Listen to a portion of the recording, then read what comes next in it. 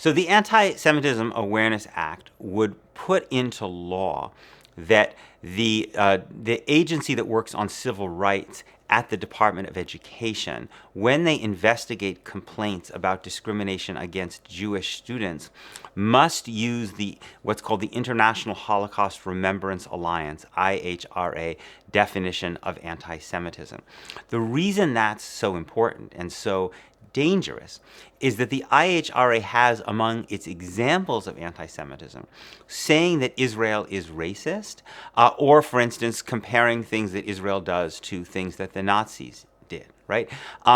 And so if you say, if doing those things is evidence of discrimination against Jewish students, and then universities could be punished, even stripped of their federal funding, if they allow students or faculty to say those things, you are seriously limiting the ability of people to have an open conversation about Israel and Palestine. It is worth remembering that it is virtually commonplace among Israeli academics or Israeli progressive newspapers like Haaretz to note similarities between things that happened in fascist countries, including in Nazi Germany, and things that are being done in Israel, right? Just as it's commonplace in the United States to compare things about Donald Trump to fascist authoritarian movements, including in Nazi Germany. This happens all the time. But with this law, this would potentially lead universities to lose, as much as potentially lose their federal funding if they allowed a speaker to make such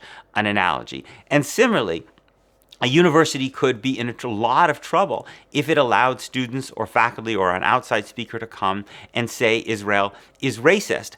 This is just absurd, right? Israel has, since 1967, controlled the West Bank, where Palestinians and Israeli Jews live under two completely different legal systems, where Israeli Jews have citizenship and free movement and the right to vote for the government that controls their lives and a due process, and Palestinians have none of those rights.